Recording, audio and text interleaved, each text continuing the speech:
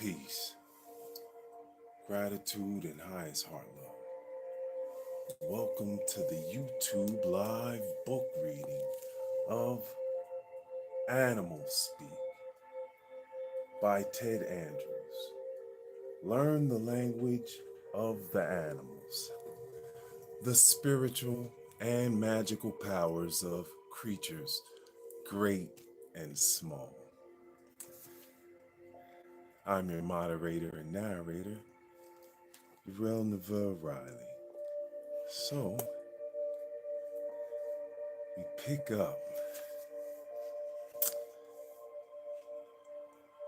live number 18. What's going on, YouTube? Peace. Happy Memorial Day. Love and honor to all of our families that fought for freedom. Every single one of them. And coming from my family, that's a lot. So, no cowards. No cowards. Not love family. Page 126 at the bottom. Here we go. Chicken. Chicken. Keynote: fertility and sacrifice.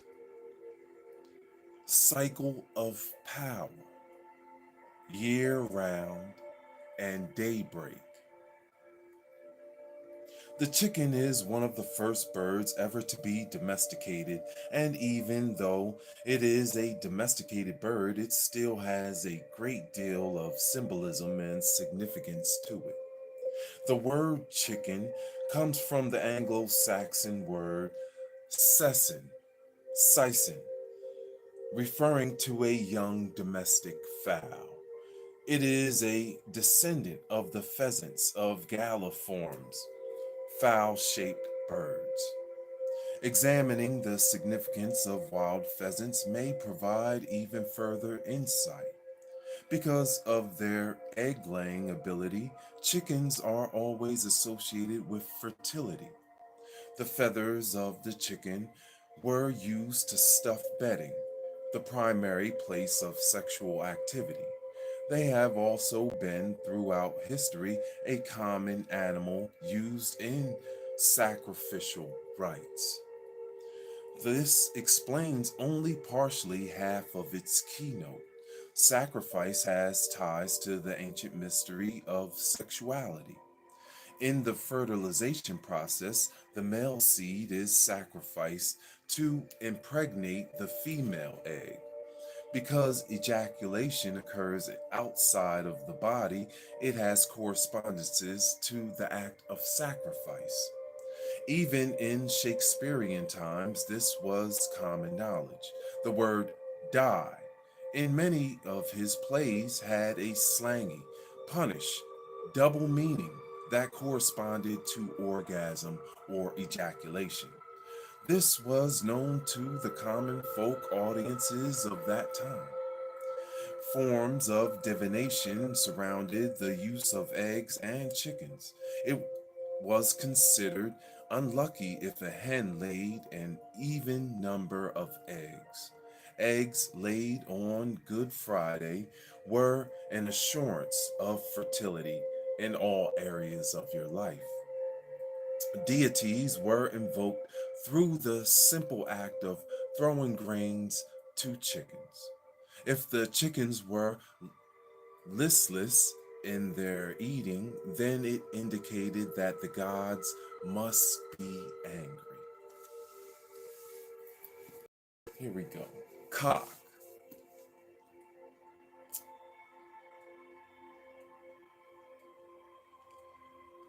Keynote: sexuality, watchfulness, and resurrection.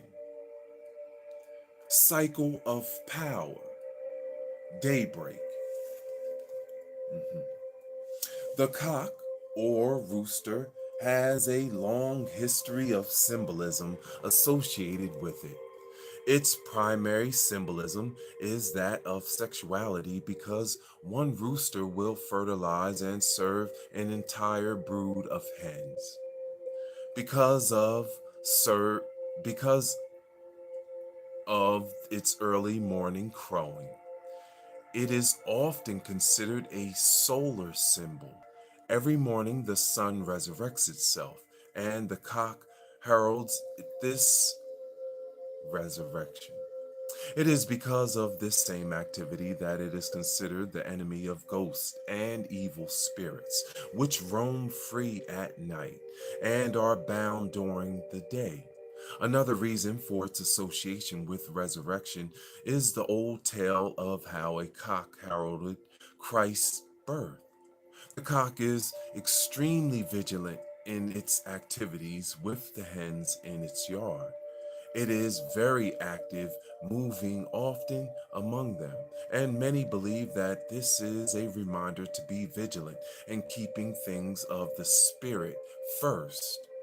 This was reflected in biblical scripture when the cock crowed after Peter denied Jesus 3 times.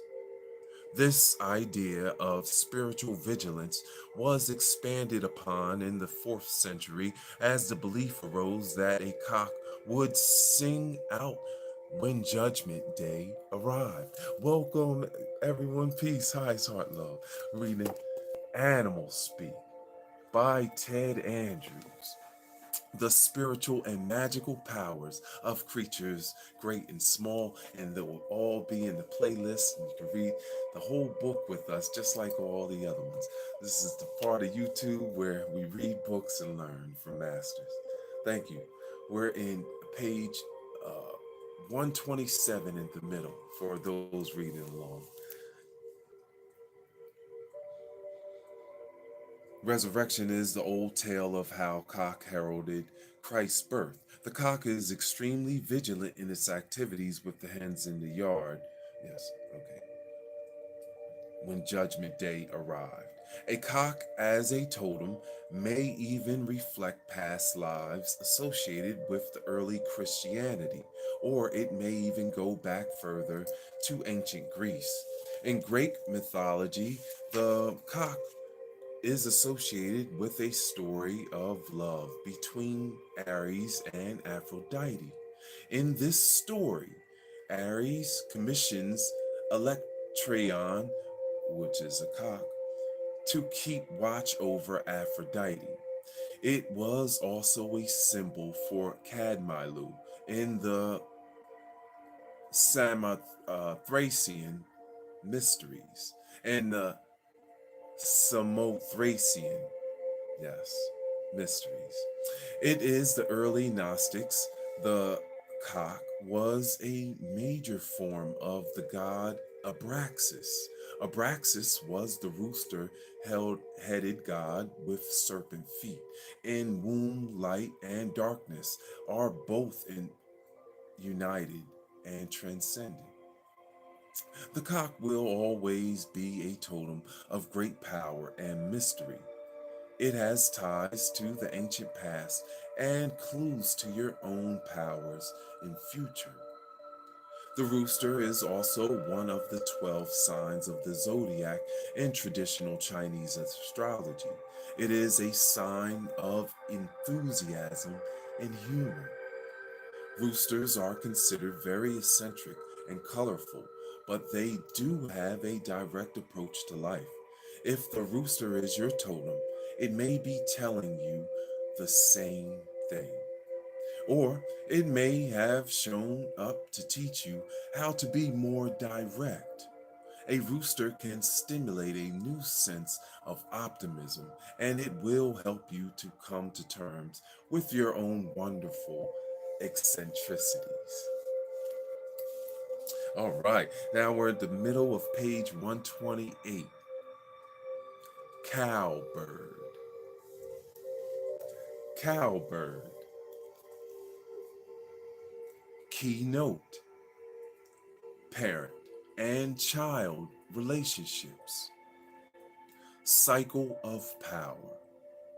no specific period. The cowbird is one of the smallest of blackbirds, but it is not entirely black. It is black with a rich brown head. This combination of colors can serve as a reminder to keep ourselves grounded and to take care of responsibilities. The cowbird is often thought of as a cruel bird because it has a habit of depositing its eggs in the nest of another bird. Its favorite victims are warblers, sparrows, and robins. It then departs, leaving the eggs to be hatched and reared by the real owner of the nest. The cowbird hatchling will usually be the biggest bird in the nest and soon overwhelms the others. Therefore, it is often reared at the cost of the whole brood. This activity has great significance for those with this totem. It can reflect a time of resolving old childhood issues of abandonment. It can reflect a time of renewed opportunity and for new parenthood. The appearance of the cowbird can also reflect that you may be doting on or interfering too much in the lives of your children. Mm. They may also reflect that you are not paying enough attention or enough of the proper attention. If cowbirds are making themselves known to you, examine the expression of balanced responsibility in parent and child relationships. I have also encountered a number of adopted individuals who have had cowbirds show up as totems about the time they begin their search for their biological parents. Cowbirds can help in resolving many issues surrounding adoption. Top of page 129. Crane. Welcome, YouTube. Thank you guys for being here and reading with us. Highest heart love. The crane.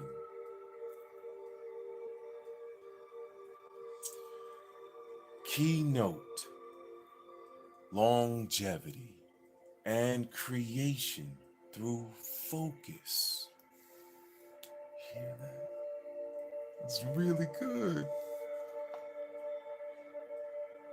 Keynote, longevity, and creation through focus. Cycle of power, year round and during daylight. The crane was a powerful symbol to the ancient Chinese.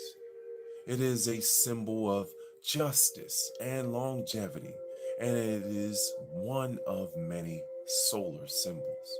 The crane is a bird of the waters, and so is one that will often help teach you how to express your own feminine energies.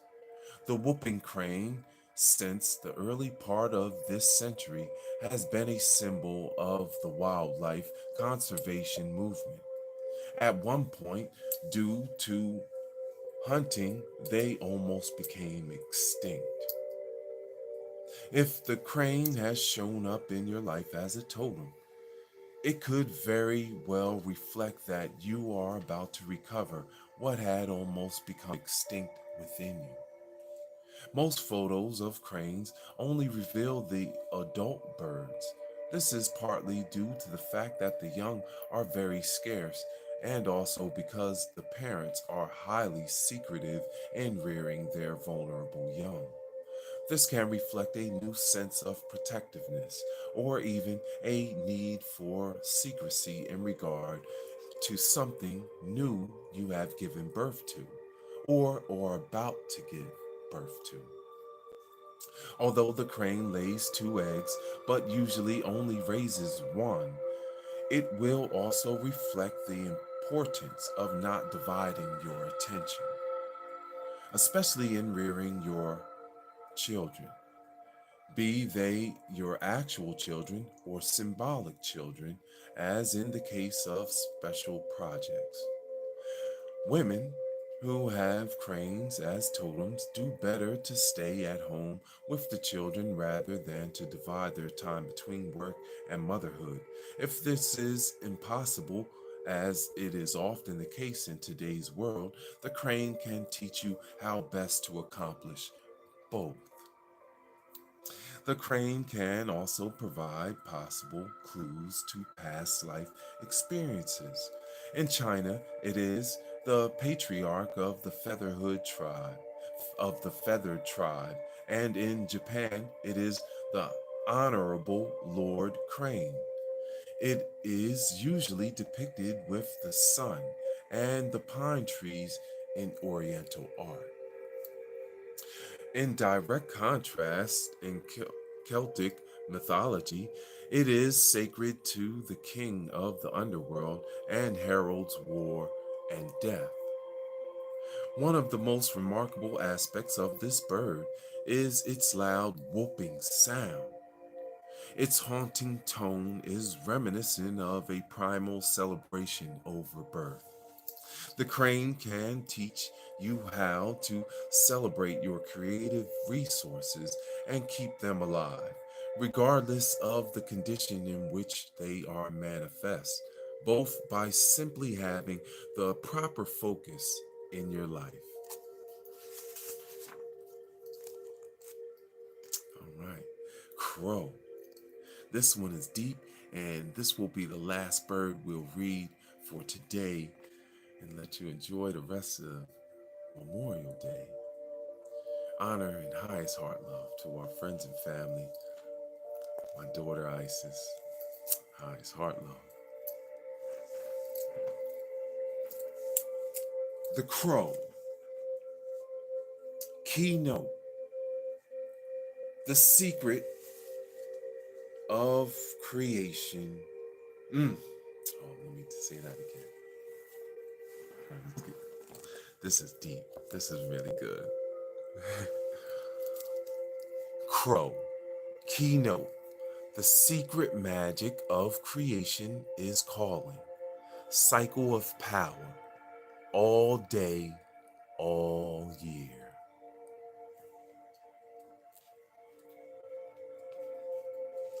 My grandfather once told me that the crow was the smartest of all birds.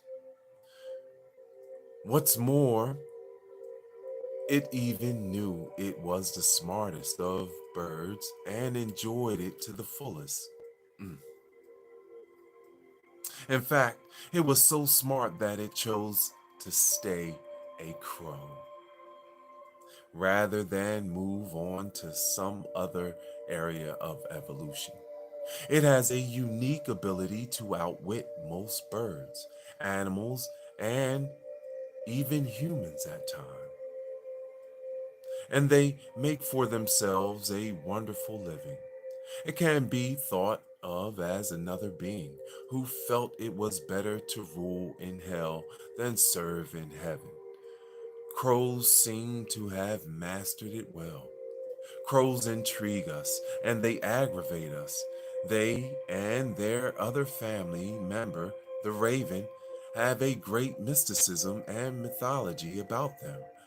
They are actually five species of crows, one of which is the raven. Because they are of the same family, the only real difference being is size. It would be beneficial for those with a crow as a totem to also study the qualities and mystical aspects of the raven. The first noticeable characteristic about this bird is its striking black color. Sometimes it will have hints of deep blue and purple on the feathers as well. Black is the color of creation. It is the womb out of which the new is born. It is also the color of the night. Black is the maternal color, and thus the black night gives birth to the new day. Although the crow is a diurnal or daytime bird, it reminds us that the magic and creation are potentials very much alive during the day. The crow, because of its color, was a common symbol in medieval alchemy. It represented negrito, the initial state of substance, unformed but full of potential. In Roman mythology, raven and crows used to be as white as swans. In fact, a white crow watched over Apollo's pregnant lover at Delphos. One day, the crow brought bad news to Apollo and was turned black. This connection to the watchfulness is still strong today. Crows always have a sentinel posted. They build their nest high in the treetops so that they can see the entire area in which they are living and feeding. Occasionally, crows have been seen attacking and killing one of their own. There arose an old belief that the crow being attacked was a sentinel who failed. It may also be a reminder of what can happen if we are not watching for magic and creation every day. Watchfulness warns other crows and other animals of intruders and threats, human and animal. They have been observed raising a ruckus when the hunters are around, warning deer and other birds. They recognize possible dangers, and they have always posted lookouts when feeding. Their most vulnerable time. This ability to warn is connected to the crow's second most noticeable characteristic, its voice. The crow is actually a member of the songbird family because of its voice box structure. Although few think of the crow as a songbird, there have been many claims, unsubstantiated, over the years that when it is alone, it will sing in a soft musical voice. Crows have a complex language. They have a remarkable voice range, but they actually do not sing. They can call in many different ways, each with its own meaning.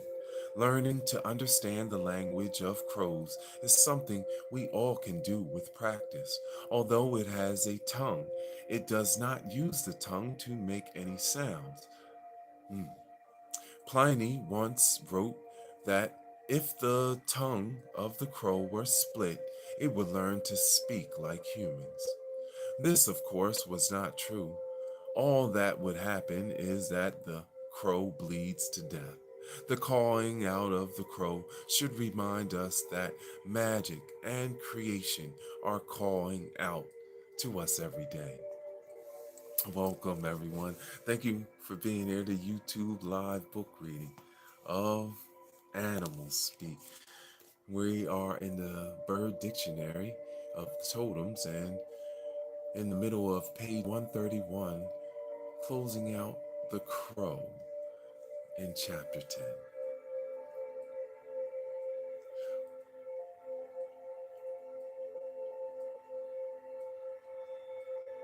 The crow has great intelligence.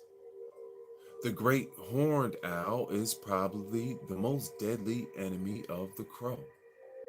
It If an owl comes to into the area of the crow, it will mob the owl and chase it off.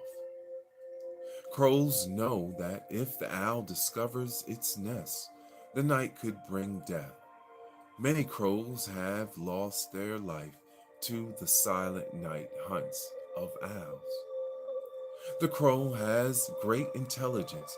It is adaptable to its environment. It will eat almost anything. Part of their ability to survive is their being omnivorous. They have a unique ability to communicate with each other and to work together. Their ability for watching and their intelligence has given them a reputation for thievery. They will rob food from other birds or whatever sources around, including human food supplies. Crows and all corvines are easily imprinted with the image of their keeper. Those who have had crows as pets have found them extremely trainable, with an ability to count and develop a complex communication with their owners. And yet, in the wild, even though they are constantly seen and heard, it is hard to get near them. Again, I have found that it reflects, for most people, little awareness or realization of the magic necessary to create or recreate their life. The courtship and mating procedures also reflect much about the crow's association with magic. The male crow sets out to make itself as handsome as possible, and it is during this time that its voice takes on a singing quality. Love makes the whole world sing. The male and female build the nest together.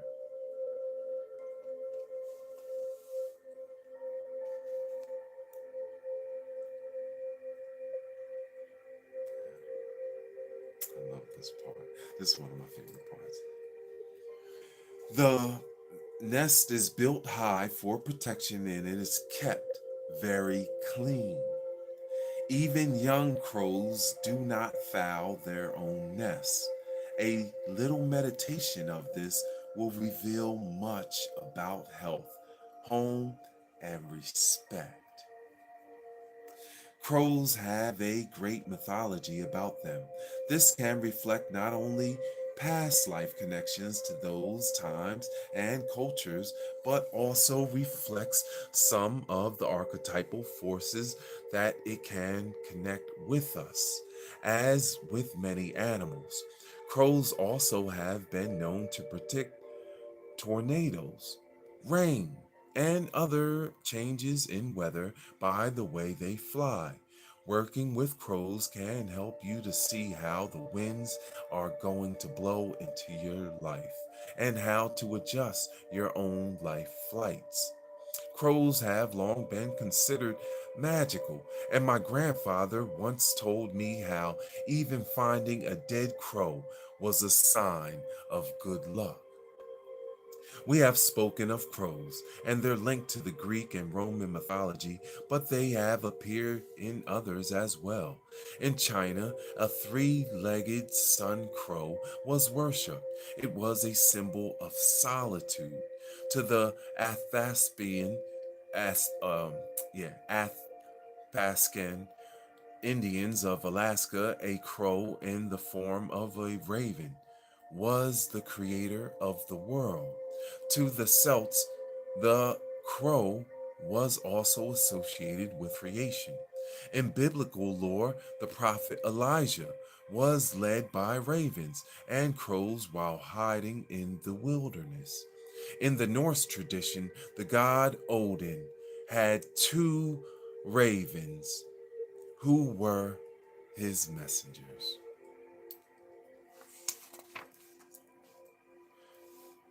Wherever crows are, there is magic. They are symbols of creation and spiritual strength.